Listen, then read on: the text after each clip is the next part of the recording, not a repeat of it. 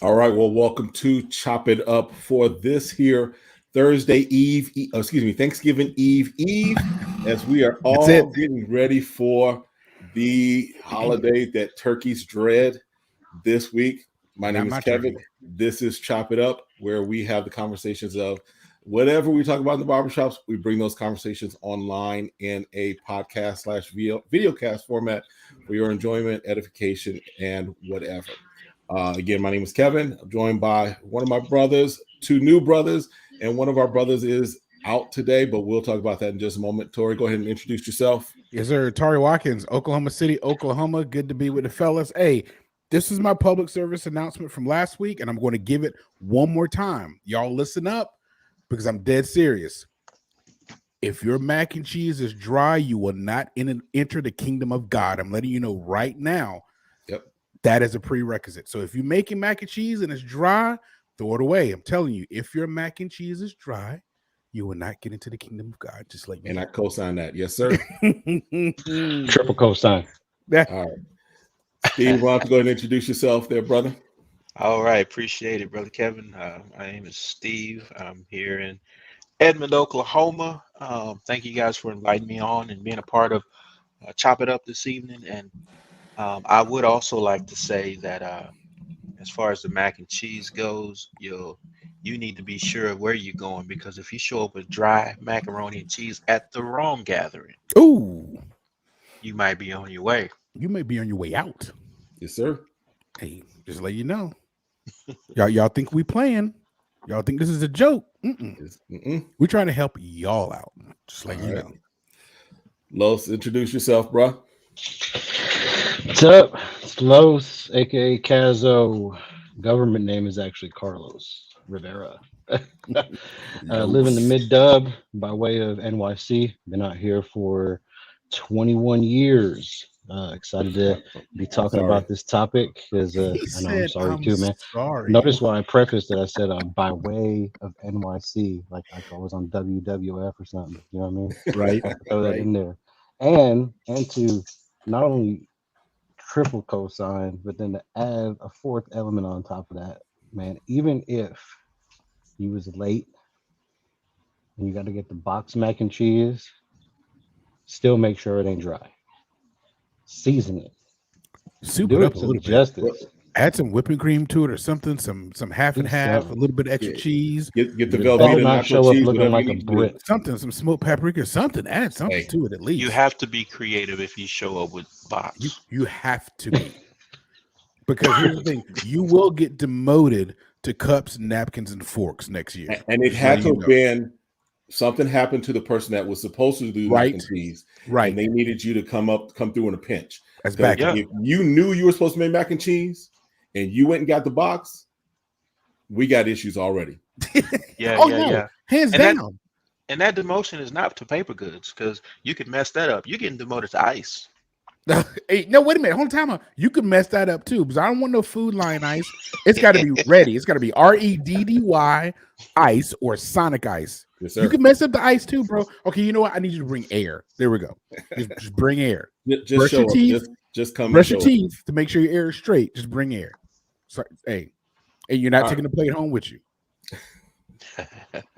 All right. So as you know, here on Chop It Up, we cover a wide variety of topics. We do hot takes here. On this show, I've already determined what LeBron's nickname, what his Oh my acronym God, here is. we He's no go longer the GOAT. again. Not even looking to be the GOAT. He is the llama. Loves losing along multiple all-stars. And I'll also say this. He don't want that smoke. He could not be a fireman because he don't I knew want you were that going to say smoke. something about that. If he wasn't, I was. First of all, he should have been suspended. I'm not a LeBron apologist. He should have been suspended. I agree with that 100% because it's a flagrant 2. I'm sorry. Yep. Whether you meant to or not, it's still a flagrant 2. That's what they call. Here's the thing. Kev, Los, Steve, y'all grown up. Y'all know dudes that want to fight. They all up in somebody's grill. Then when they're ready, everybody hold me back. Then they let him go. They don't do nothing. He was in LeBron's face for a good 30 seconds. Why didn't he do anything then? Don't come charging when you know people are going to hold you back. I'm not saying LeBron was going to whoop him. I'm not saying that. But I'm like, bro, if he wanted to bring the smoke, he would have. It was, to me, all that was just for show and exhibition. Oh, no. I know he was a believe- boxer. I get the dude is an athlete and he's built, he's huge. I get that. I get it 100%. But there's something to me about a dude that wants to fight, but everybody's holding him back. But when he was right in front of him, he didn't do anything then. I've seen it my whole life. I'm just calling it out. I'm not saying it's true, but that's just what I witnessed. I'm gonna let the other guys jump in on this, but I'm gonna just say this real quick. If you watch it, yes, they're in each other's face. What I believe about LeBron is that he probably said something. Bro, man started tasting his blood. There's a different reaction when I start tasting my blood. I give you that. Therefore, yeah, you pop off a little. Now I'm coming at you. All of a sudden, you see LeBron start to, yes, he moves forward a little, and then he starts to move back. And then when Brumman is in full rage mode and running around, LeBron is ducking behind AD. Russell's getting his fighting Irish stance, trying to fight. He wasn't okay. I know you hate LeBron. Let's get the terminology right. He was not ducking. Now Westbrook was ready to square up, though. I'll be honest with you. I don't know if anybody saw the clip. You see what I mean? Westbrook was squaring up. There is a clip. There is a clip where he does take some steps back, and AD moves in front. Okay, you're gonna call that ducking? Okay, all right. I am. I give it to you because I'm sorry. Because what? I'm sorry. No, you're not. You're not sorry at all. You are not sorry. I get it. I know where you're coming from. I get it. The llama ducked behind somebody. I get it. I don't think he wanted it. No, again, I'm not saying that LeBron wanted it because the dude was a former boxer. The dude knows how to fight. And I'm not even saying that LeBron wanted that smoke. I'm just questioning, was the smoke real? That's all I'm saying. That's all I'm questioning. I'm not questioning anything about LeBron if he wanted that smoking up. Because guess what? No, he didn't want it. if it was real, no, he didn't want it. I'm gonna say Isaiah Stewart being from Rochester, New York. I'm gonna say I think he would have brought the smoke. I'm saying he wanted it. We'll see. Brumman was about to run through tunnels. All right. But yeah, we say hot takes here all the time. To make that loop-de-loop. Yep. Hey, listen, Malice at the Palace Part 2. Boy. All right. So the reason, one, we have to acknowledge Darian, one of our my brothers who's normally here, had something come up. He couldn't make it. So we see him next time. Absolutely, D. Hope you're watching, checking it out. But this topic came from something I've been saying for a while. It is kind of, if I were to pursue a doctorate, it would probably be my thesis statement. In that NWA killed hip hop. All right. Now, let me lay out my qualifications. I am a hip hop head. Okay. From way back with Curtis Blow, Run DMC. Yep.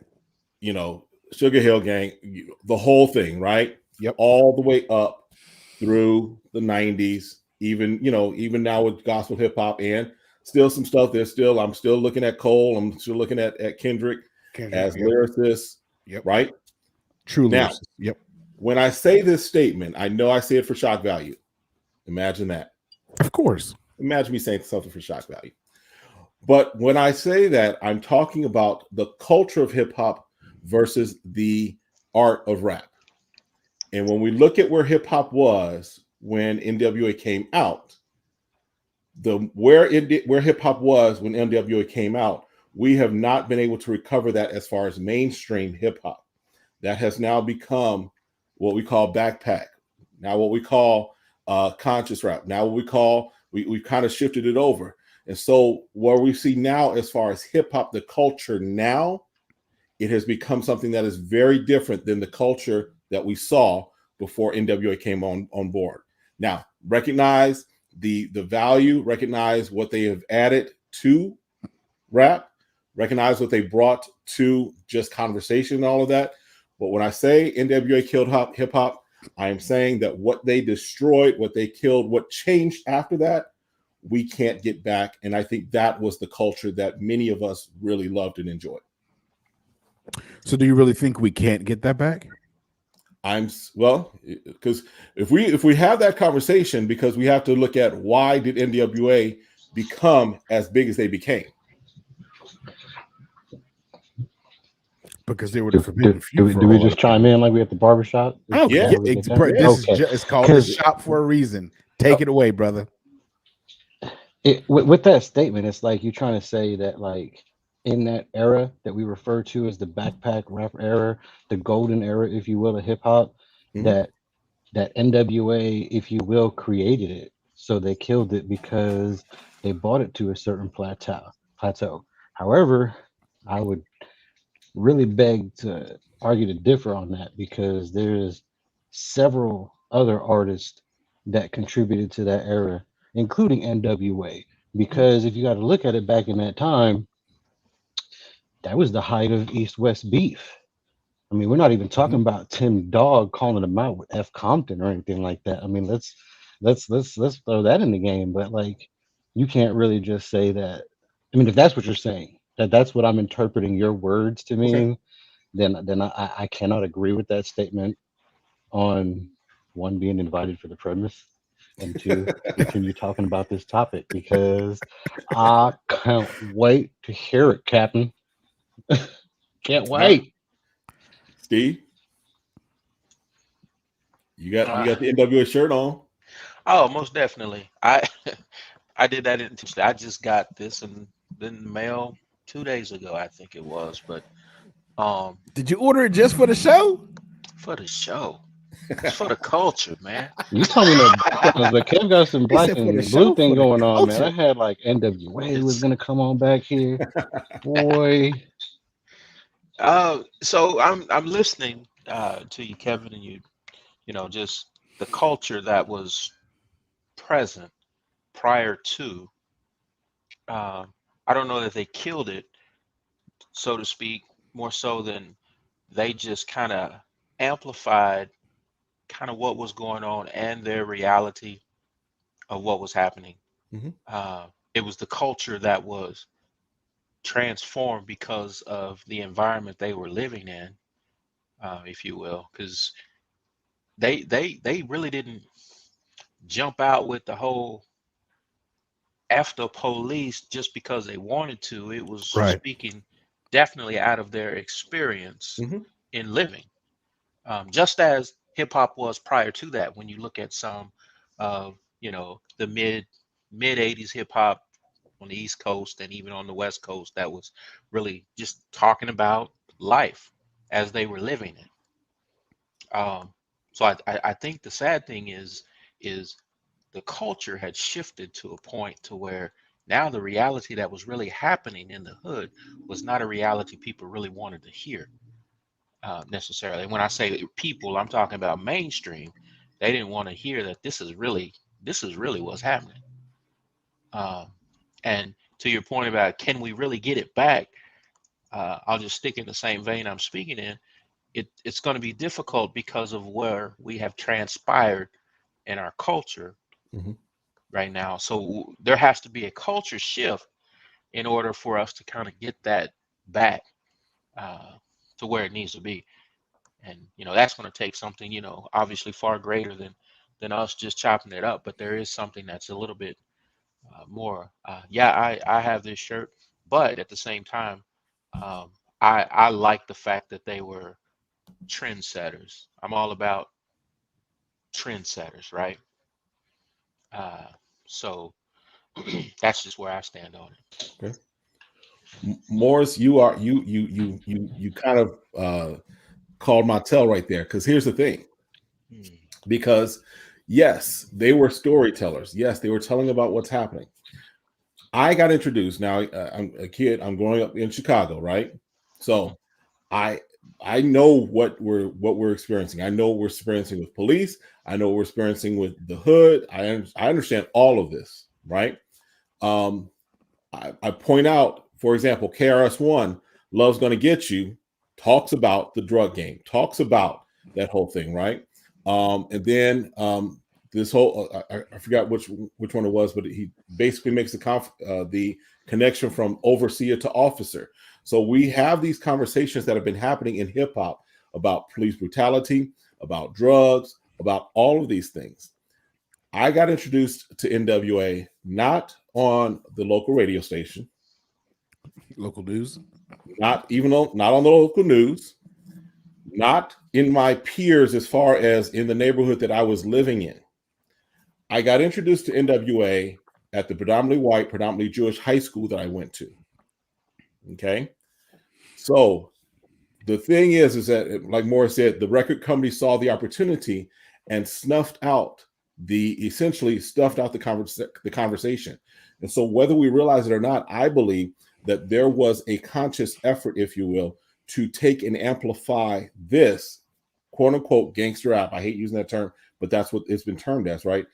Hyping that up, promoting that, pushing that up, as opposed to for example, and I hate to call out some names because I don't necessarily like their style, if you will, but just for kind of what they stood for. You have like Poor Righteous Teachers and X Clan and Arrested Development, and these groups that are saying, look, this is where we are, but we can get here. We can go better. We can do better. So when you start to see that, all of a sudden now we start to see this mentality start to take over that has now been enabled, and it didn't come from our buying dollars. It didn't come from our acknowledgement of this is the way we're going to go. It was, in my opinion, a direction that was forced upon us, that was promoted as this is how hip hop is, this is what rap is, and that was all the money was given to. I could comment on that because I like how you touched upon a couple of artists that you touched upon there, because that does talk into all the record companies and how it contributes to it. But in the same token, you got to understand that artists are also businessmen, and they wouldn't be where they are today if they didn't already know what was going to happen and transpire to be a part of that when they signed the contract. Let's call it what it is. You're talking about self-destruction. We're talking about self-destruction. You're Right. talking We're about the all in the West Coast same version game. and all Right. that, right? That's all. That's all this because that's what the record companies were paying or were willing to pay for at the time to be able to give that, as you said, as a representation of hip hop, equal to, Curtis Blow in the 80s, Run DMC, associated with graffiti, all that stuff on the East Coast vibe, and now the West Coast was, putting their push, right? And it can transition into like your Arrested Development, and then the South, is getting into it, the Midwest, and because hip hop is, I'll say this because I'm bold, and Tori knows I've said it 100,000 times, and Kevin already mentioned it, so I might as well just go ahead and say it. Hip hop was created in the East. Let's never argue that. But hip hop, as Kevin put it, is a music of the people and the culture, right? You just put it back. I can go back and forth and just reference music artists. The product of the environment, like Third Base.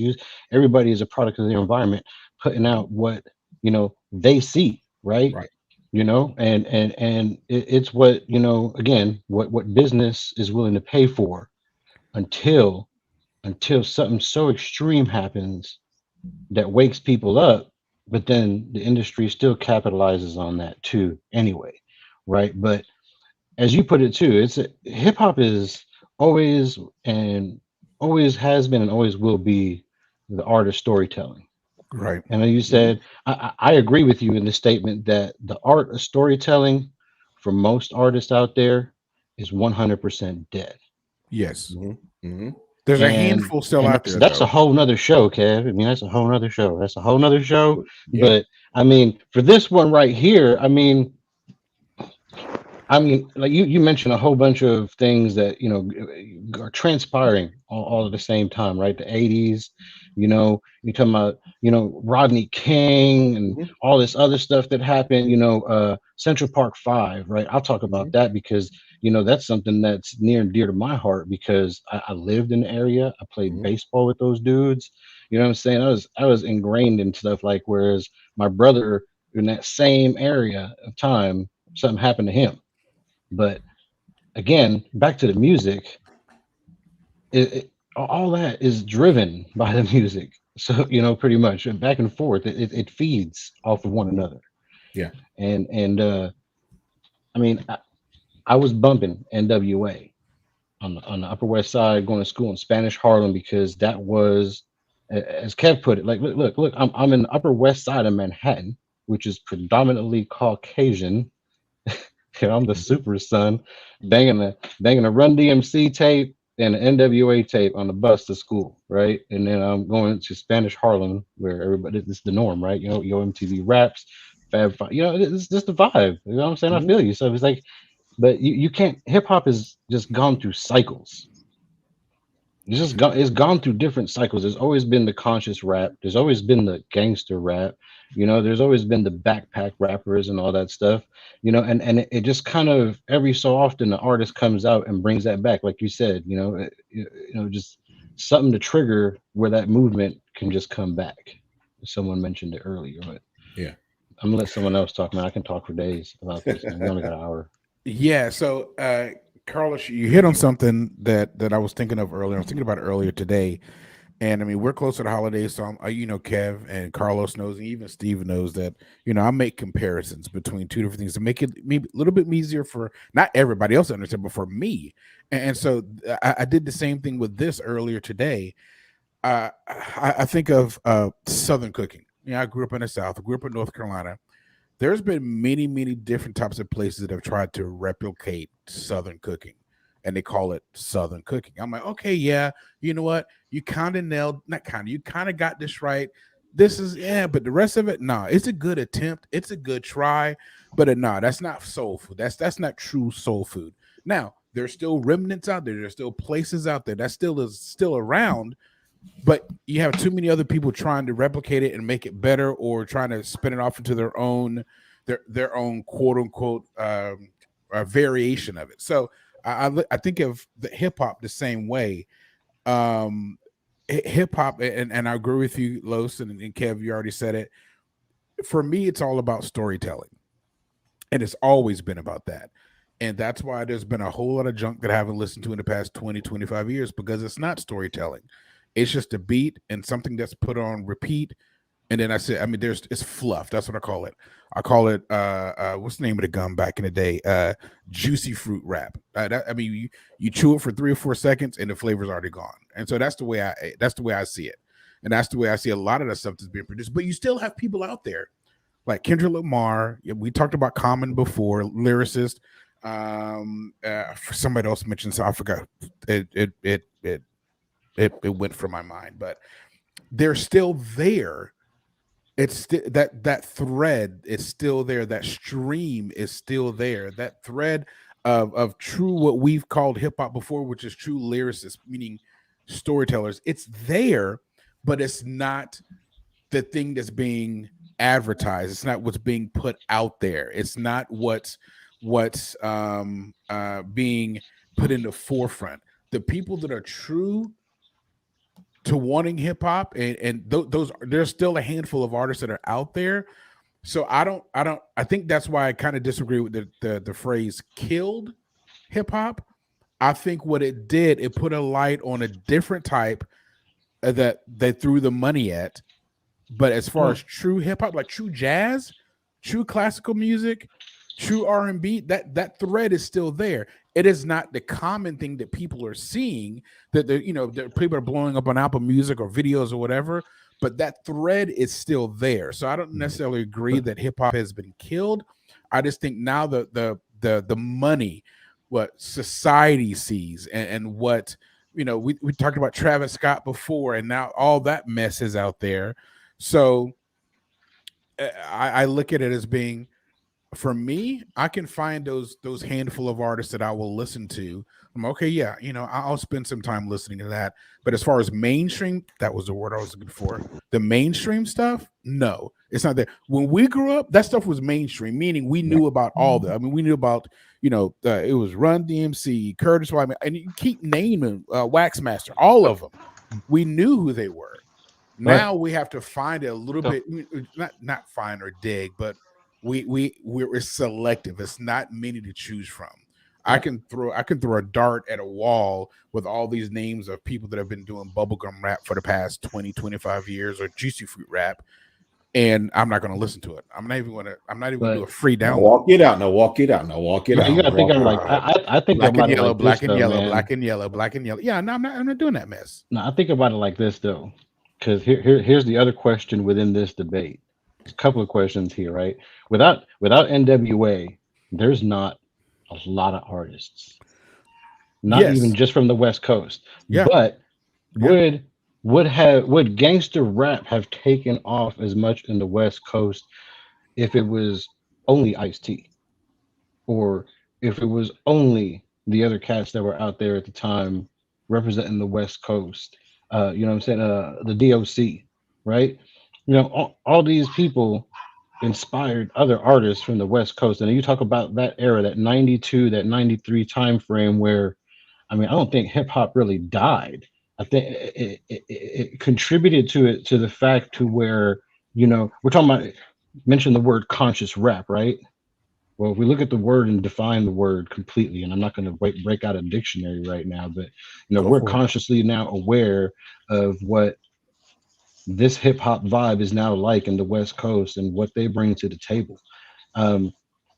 You also got to think about things like ghostwriting, Ice Cube, all the lyrics that were written, everything that was produced. I mean, you want to look at them as gangster rappers or actual businessmen. These dudes knew what they was doing back then, man. And I give credit to them because, I mean, they are a large part of the inspiration and the reason why I love and still love the game. I mean, I don't love every West Coast artist because of NWA, and I didn't love, that vibe, but they started it for me, right? And then it was like, oh, let me check out Ice-T.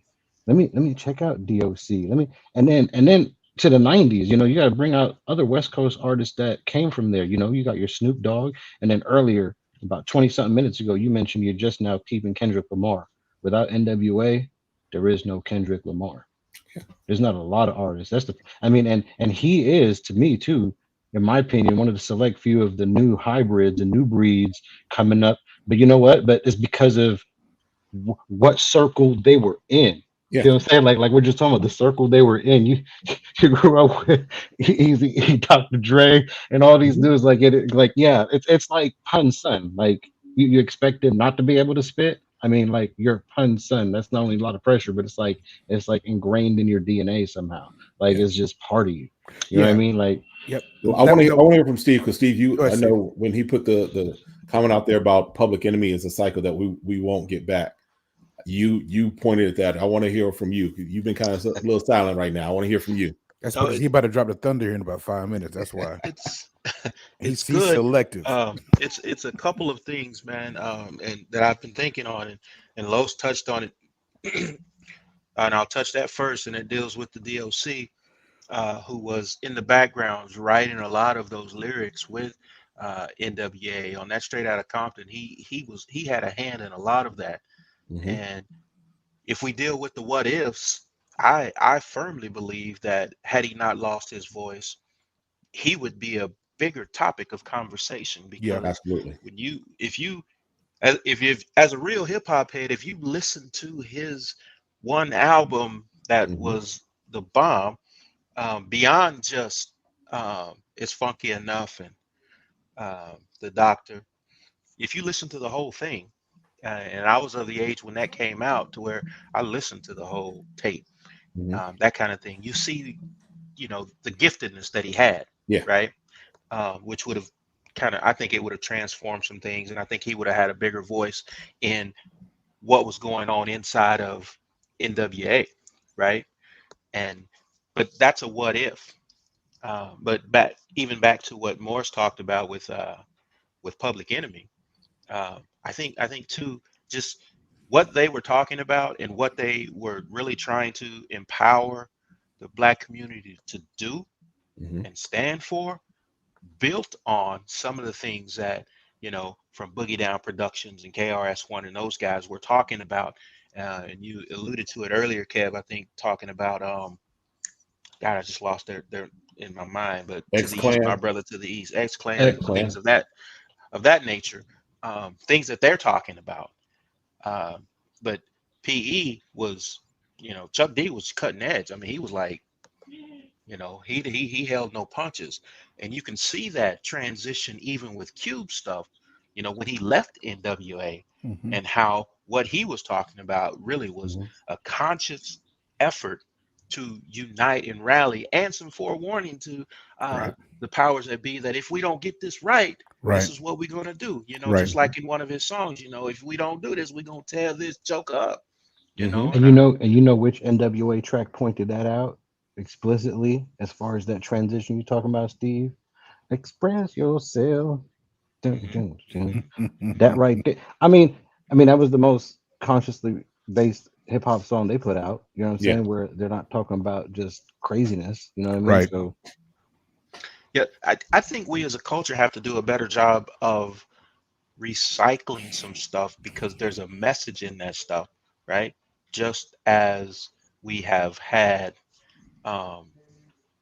some not recycling, but some R&B, when it goes back to that speak a message, some of those songs are still valid today, and people still listen to them. They are, right? Yeah. I saw the comment about America's Most Wanted, but I like that one, and I like golly, man, I'm drawing a blank. What was it? It'll come back to me. I saw a comment about Ice Cube's America's Most Wanted being his best. Predator. The Predator was nice. The one that came out in 91, 92. And if you listen to it, and I was listening to it during the Floyd stuff, and I was thinking like, man, everything he's talking about right then in 1991 is still our reality now, right? Yeah. And so all those things are valid.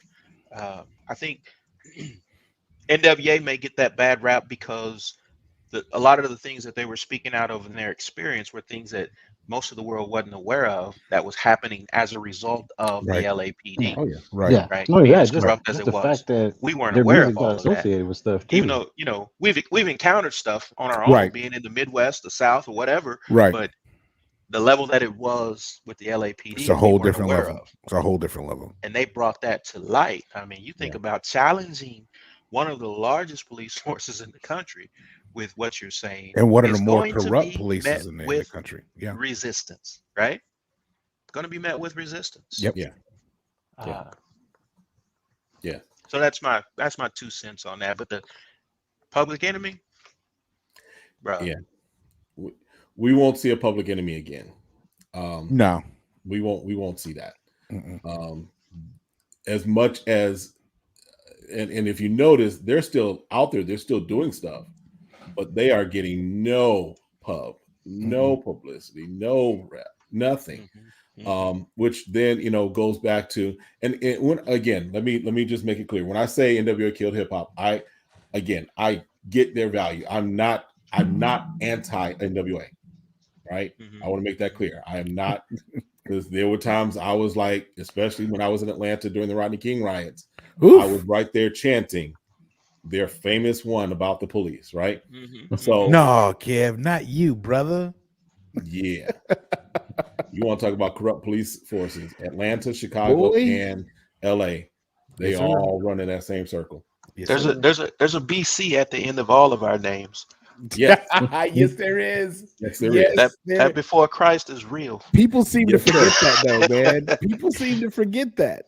Hey, all four of us. That's right. There's a BC. That's right. And listen, that's good for me, but it's also good for some other folks too. Yes. It's good that there is a BC and there's an after Christ now. You better know it. Yes. You better know it. Yeah. That's real talk, brother. Because that then brings to what we're kind of the side topic of where the artistry has gone now and why we have to kind of dig for solid artistry, or solid artistry is few and far between, right? Because we talk about Kendrick, we talk about Kendrick, we talk about Cole, right? Kendrick, that's Cole. That's the one I was looking at.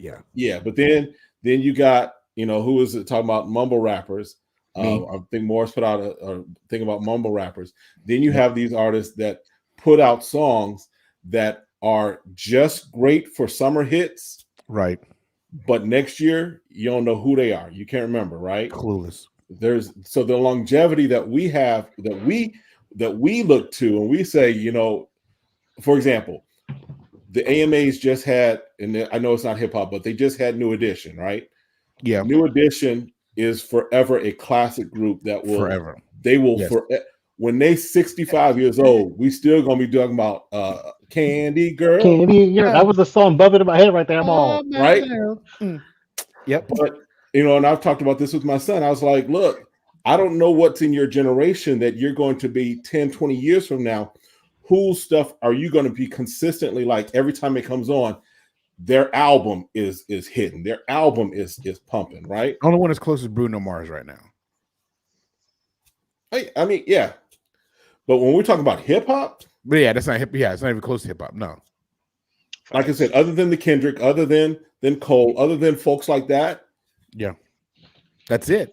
Before we dive into this, can I piggyback on what you said earlier too, real quick? There will never also be another NWA just because of the way things are right now. Period. There could be. Oh, the backlash, though. Yeah, but it comes with repercussions. Oh, yeah. So I just needed to say that because it was on my head because we were talking about it. Because we're talking about artists that never will be, and now we're talking about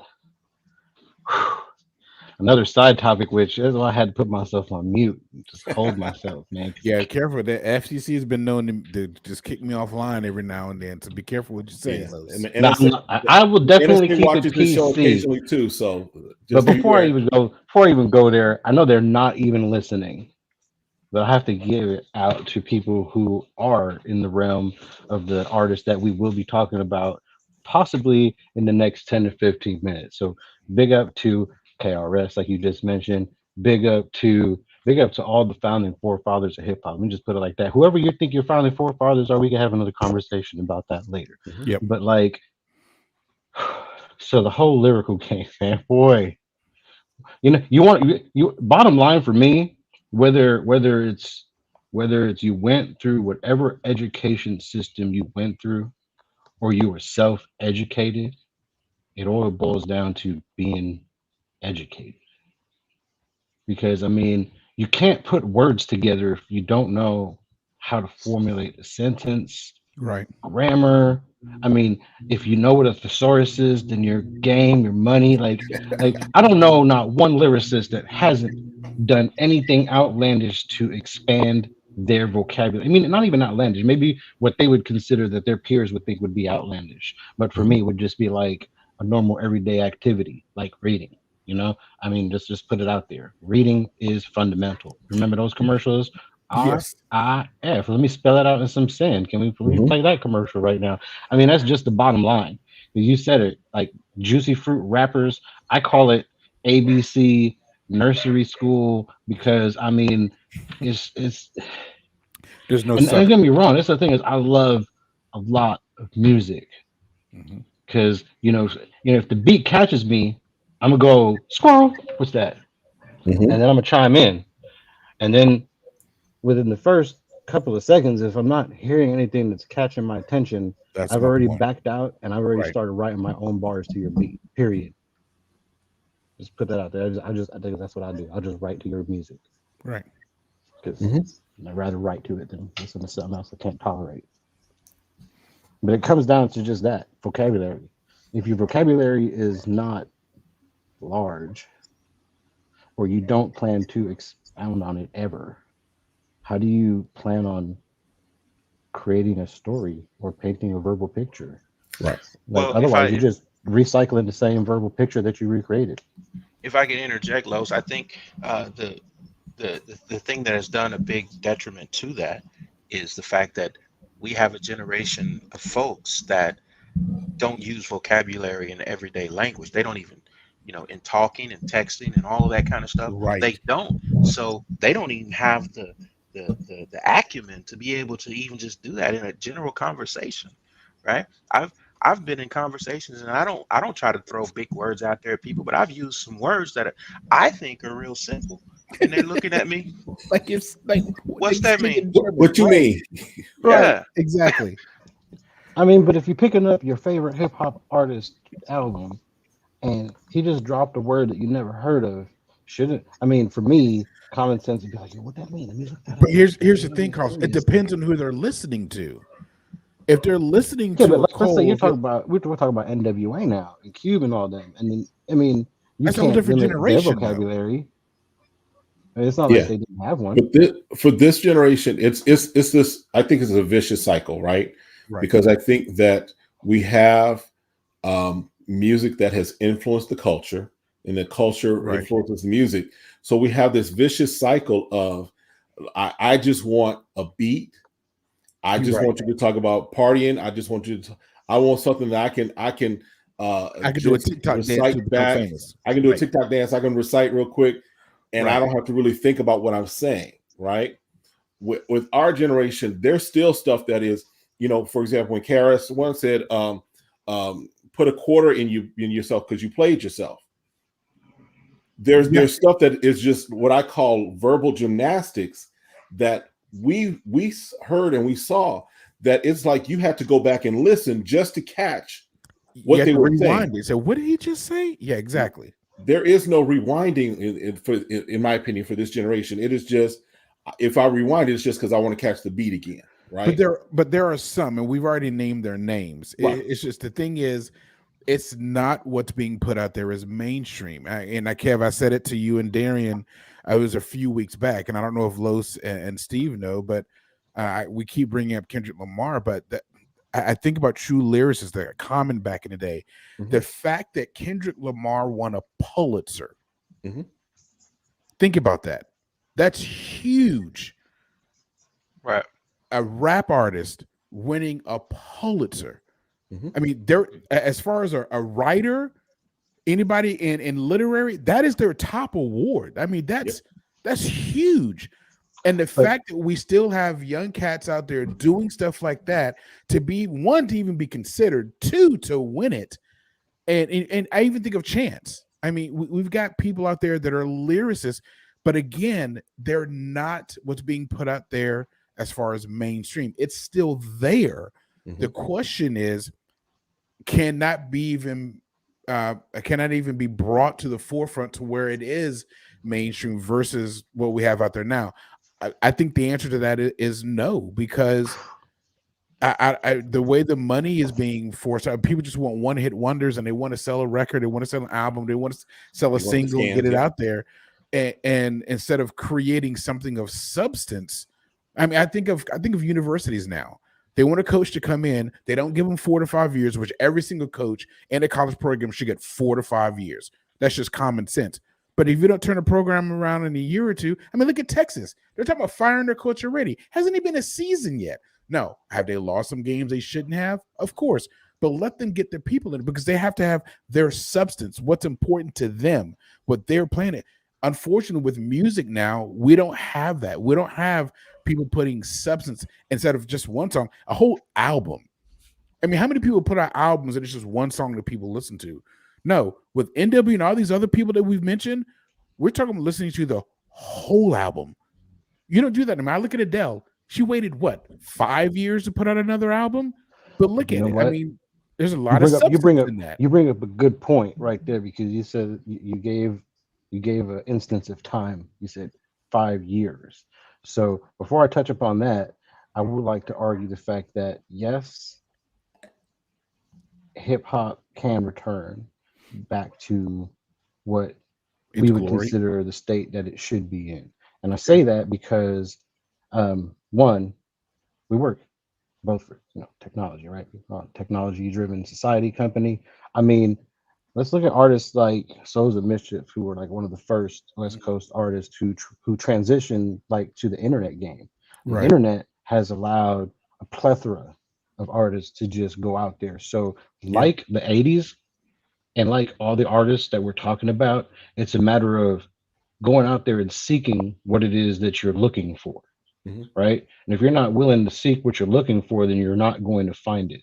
And it may Exactly. be in the most oddest of places that you could think of, because I mean, look at me, my vibe is always, 100% mainly East Coast vibe, but there's, there's the Southern hip hop I like, there's certain vibe, there's West, there's Midwest, and there's a lot of different vibes that I like, but they coincide with just my view of what hip hop, like we're talking about, is and should be, if we're putting it that way and packaging it. Because like there's a a Christian based hip hop group, Beautiful Eulogy, man. These dudes right there, man, just banging production, Mhm. lyrics for days. These dudes is freaking from Seattle. We're like, what? But that's the point. Let's go back to the other coast and talk about some other cats who, that there's not a lot of that vibe going on nowadays. Just a lot of art people. There's not artists. He Mhm. said there's a difference between a rapper And and yes, an MC or that a was my point. lyricist. Yes, Or exactly. and then for that matter, take it a step further, an artist. Because you know, what in my top 10 is the Roots, just for the simple fact that these brothers just play Yes, their own instrumentation, yes. and and They're black artists. artists just like beast. Tell me that dude is not a beast. No, there is not one new school rapper right now that can touch him. Period. Just like another like artists that can't be touched lyrically. Meth, Black Dot, KRS-One, uh, Biggie, R.I.P. Pun, R.I.P. Pac, R.I.P. When you're talking about all those people, like Ice T, R.I.P. I mean, Ice Cube is still up there too. I mean, because he is kind of that foundation of the West Coast. You can't just deny any of that. Like, or the DOC, or Snoop Dogg, or like just a matter of what flavor you're looking for. You know what I mean? And I, and go ahead. yeah, no, yeah. Yeah. I've been wondering and waiting to see when that one name was going to pop up, and with that, I have to ask this question: Where would this hip hop culture be if we wouldn't have lost Pac in '96? Hmm. And I say that because even though he was heavily entrenched at for a moment with Death Row, he had separated himself.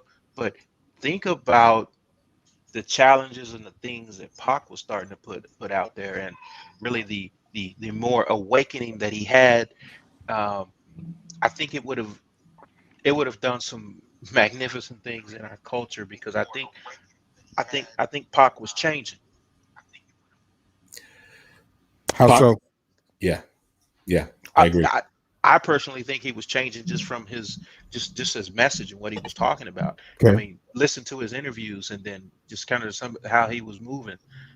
I think Pac was really about uh, the community, Hmm. and I think he had a bigger voice I can see. because Yeah, I see what he you're saying. goes back to what we were talking about earlier. Pac was intelligent, Yes.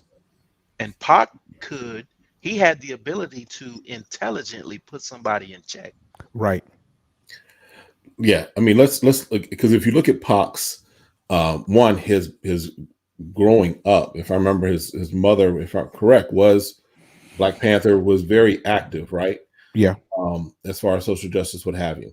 So you have that. You also have the fact that when we talk about Pac made the transition from East Coast, because remember, he's from Baltimore. Hmm.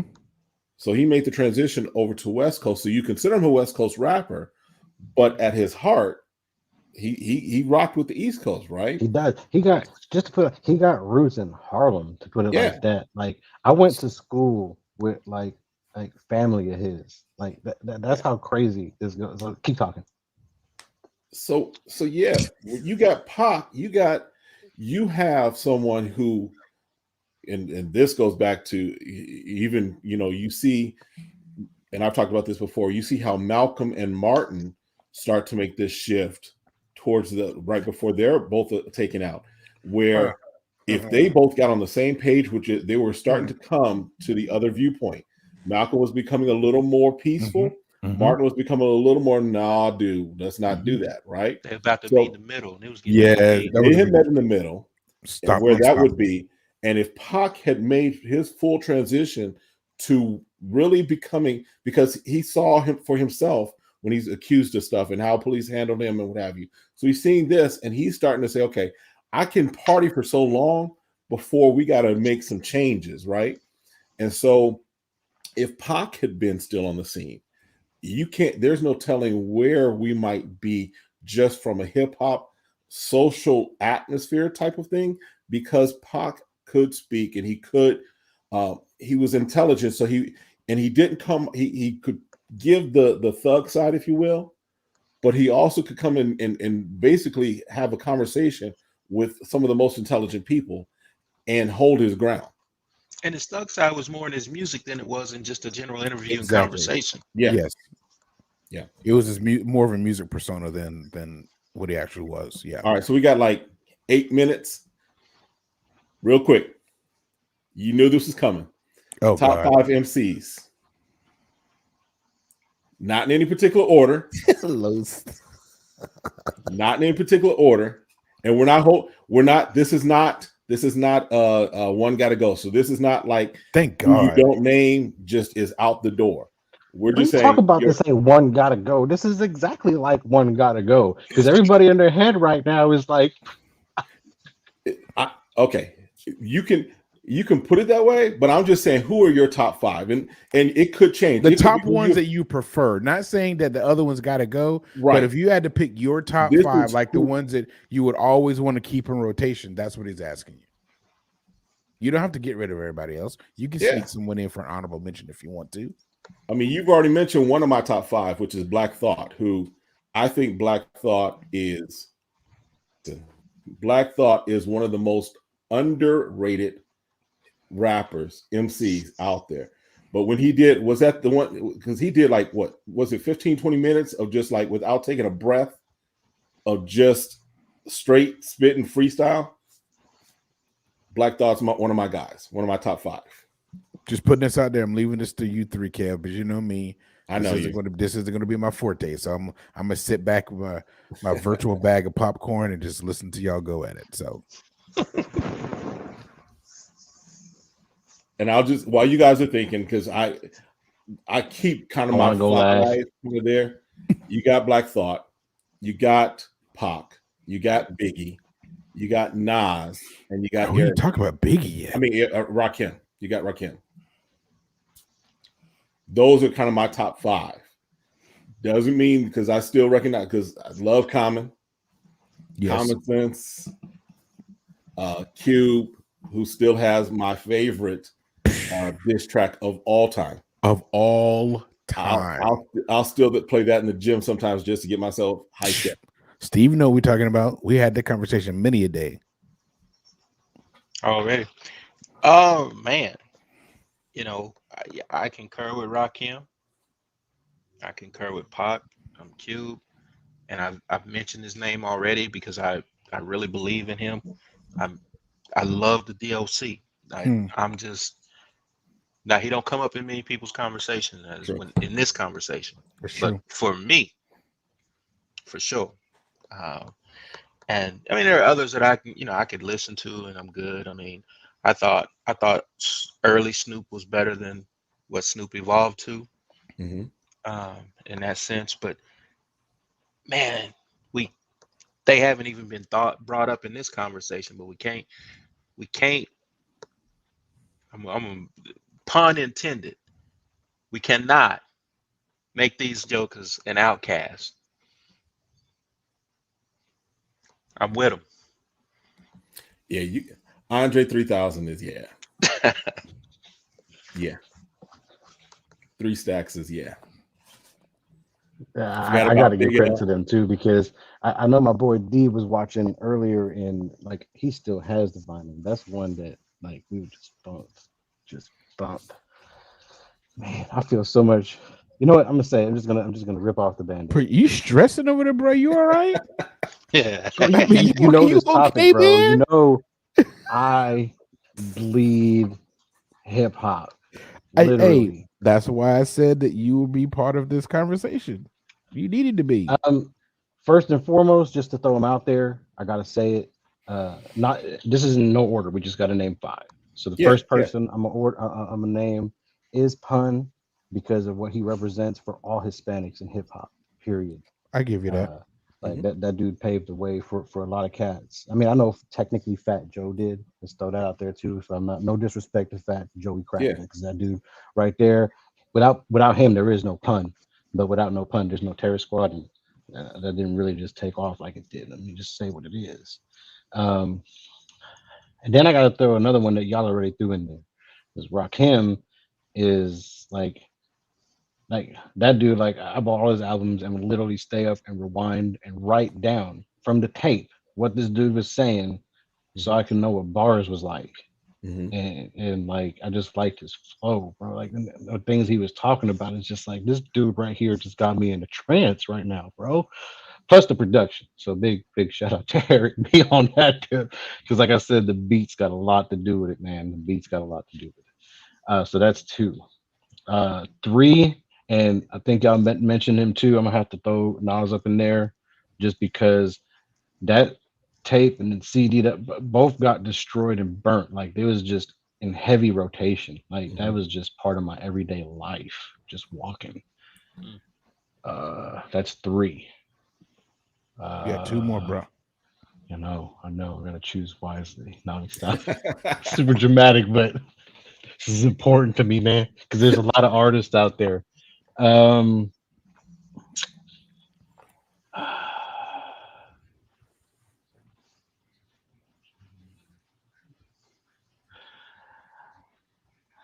I'm not gonna say Pac, and I'm not gonna say Big. They are there. You narrowed it to 5, but like they're a big part of it, but they're not there for me.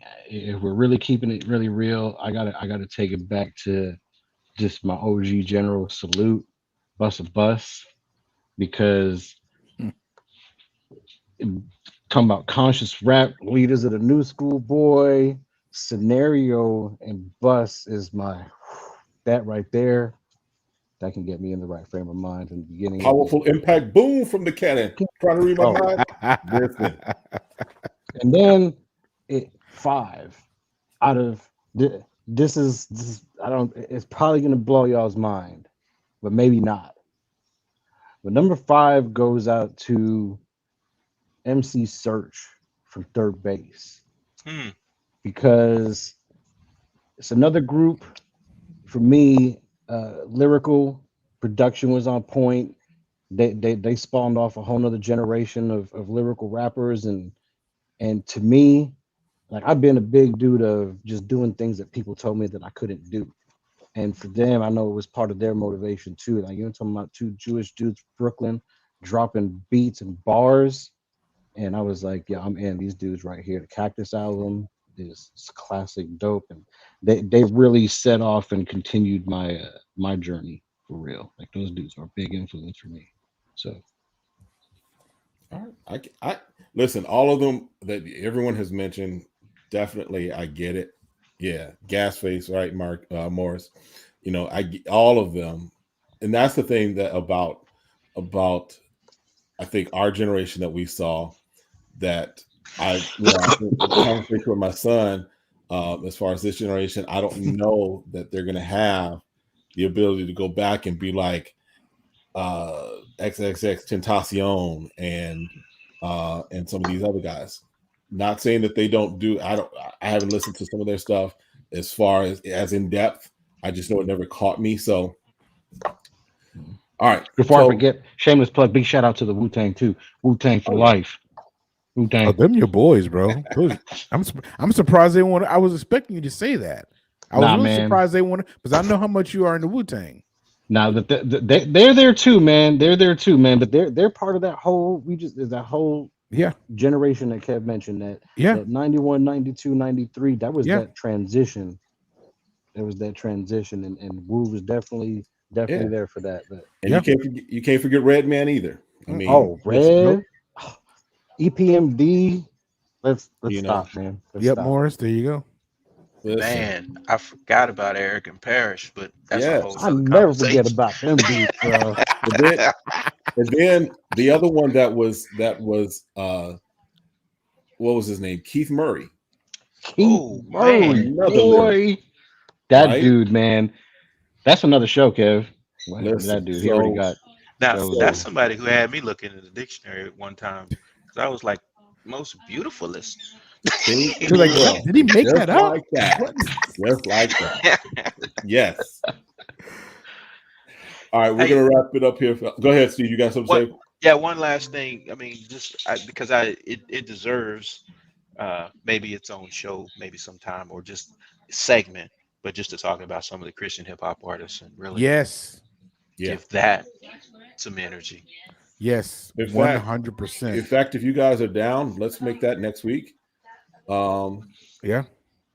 If you guys are down, and hopefully I'm Darren down will be with back, that. because Hey. I know Darren was just at the Oh, that's right. mic drop, which Yeah, is the in Tulsa, documentary right? about gospel hip hop. You know, we can talk about Wow. gospel gangsters and T-Bone. SFC, Don't say T-Bone. T-Bone, T-Bone, yeah.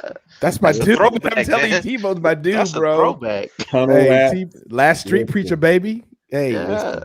All right, so if I you like guys it. are down, we'll make that the topic next week. This is a SFC, continuation. boys, Gospel Soldiers hip for I'm hop. game. Christ.